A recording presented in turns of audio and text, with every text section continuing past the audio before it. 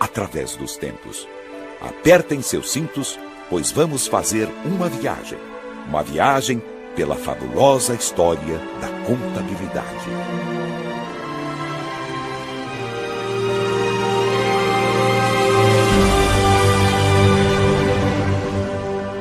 O homem primitivo já praticava uma contabilidade rudimentar ao contar seus instrumentos de caça e pesca e seus rebanhos. Mas foi na Mesopotâmia, região situada entre os rios Tigre e Eufrates, no atual Iraque, que foram encontrados os primeiros registros patrimoniais. O homem começava a registrar o seu patrimônio. Era a origem do diário. Os séculos passam. Surgem novas civilizações. Em torno do Baixo Nilo, nas planícies de inundação, a agricultura floresceu e com ela um povo que deixou seu legado até os dias de hoje, os egípcios. O papiro, colhido às margens do grande rio, onde os escribas registravam os movimentos, eram os primeiros livros contábeis.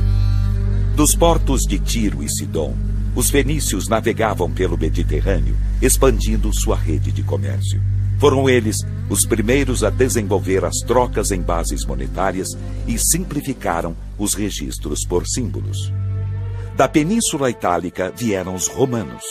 Nascia o maior e mais desenvolvido império da antiguidade, que se expandiu por toda a Europa, norte da África e Oriente Médio, conquistando povos e nações, levando a paz romana e o que se pode chamar de um sistema jurídico de contabilidade organizado. Mas impérios nascem, crescem e morrem. E com Roma não foi diferente. Hordas de bárbaros invadiram a península. Os sons das batalhas ecoavam por todos os rincões. Era a queda do Império Romano.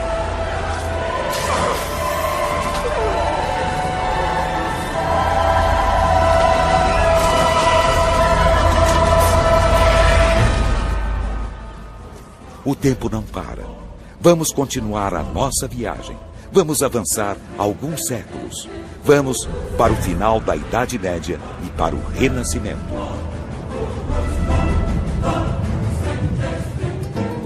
Os árabes, ao invadirem a Península Ibérica, trouxeram obras manuscritas de contabilidade que muito influenciaram o comércio na velha Europa.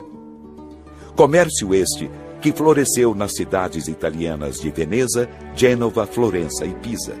Os comerciantes necessitavam de uma escrituração capaz de refletir os interesses dos credores e investidores e que era, ao mesmo tempo, útil nas suas relações com os consumidores e fornecedores. A sistematização da contabilidade estava a caminho. Também as artes e a ciência se desenvolviam. O mundo deixava a idade das trevas. Era o Renascimento. E com ele a figura de Luca Pacioli, frade franciscano, autor de uma obra que expõe o método das partidas dobradas, princípio contábil, segundo o qual todo lançamento a crédito numa conta faz com que surja outra conta, onde é registrada a mesma importância a débito.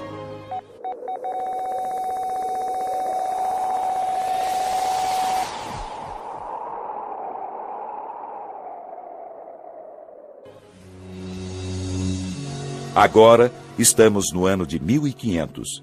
Era descoberto o Brasil. E com a instituição do governo geral, chegaram os provedores da fazenda, que acumulavam este cargo com o de contador. Eram os nossos primeiros colegas em solo brasileiro. Com o desenvolvimento da colônia, cartas régias passaram a regulamentar os princípios contábeis e instituíam cargos e funções na administração fazendária. Em Portugal, em 1770, foi baixada a lei que regulamentava o exercício da profissão contábil. E a partir da vinda da família real para o Brasil, iniciava-se o ensino contábil em terras brasileiras com a instalação em 1810 da Aula de Comércio da Corte. A partir daí, novas escolas eram fundadas, disseminando o ensino e desenvolvendo normas e métodos. A mais antiga instituição profissional e cultural da ciência contábil que se tem notícia no Brasil é a Associação dos Guarda-Livros da Corte, fundada em 18 de abril de 1869, na cidade do Rio de Janeiro. A classe contábil se organizava. Mas para chegarmos ao ponto que estamos hoje, muita água correu, isto é, muitos anos se passaram. Vamos, então, para o século XX. Em 1905, os diplomas da Academia de Comércio do Rio de Janeiro e da Escola Prática de Comércio de São Paulo eram reconhecidos como oficiais.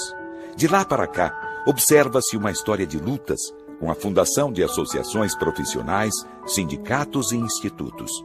Em todos estes organismos estava o fio condutor que levaria à criação dos Conselhos Federal e Regionais de Contabilidade. Em 1924, realizava-se no Rio de Janeiro o primeiro Congresso Brasileiro de Contabilidade, que foi enfático ao recomendar a aprovação de uma lei para regulamentar o exercício da profissão. Mas para chegar a este objetivo, foi preciso uma grande luta, em que não faltaram idas e voltas de projetos que eram apresentados e não apreciados. Finalmente, o presidente Eurico Gaspar Dutra, através do Decreto-Lei nº 9.295/46, reconhecia uma das profissões mais antigas do Brasil.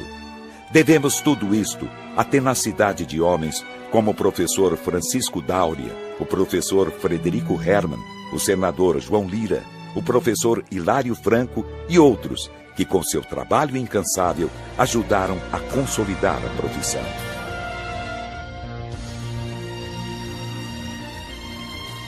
O sistema CFC/CRC tem absoluta consciência do cumprimento de sua missão institucional, assegurar o exercício legal da profissão. Afinal, são 400 mil profissionais e 70 mil empresas de contabilidade em todo o território nacional. A capacitação e a valorização do contabilista, o fortalecimento de suas entidades representativas e a promoção do desenvolvimento contábil são objetivos perseguidos no dia a dia. Hoje, o sistema desfruta de credibilidade e prestígio político, sobretudo em razão do seu código de ética, da democratização da representatividade legal, com todos os conselhos regionais tendo assento no plenário, da elaboração das instruções técnicas contidas no acervo das normas brasileiras de contabilidade, da dotação de sedes próprias em todos os estados e disponibilização de meios e facilidade de mobilização de inteligências. A busca do autoconhecimento vem sendo alcançado com a promoção de encontros da classe com a própria classe, a exemplo dos congressos brasileiros de contabilidade, lançando luzes sobre o futuro do fazer contábil adotado no Brasil.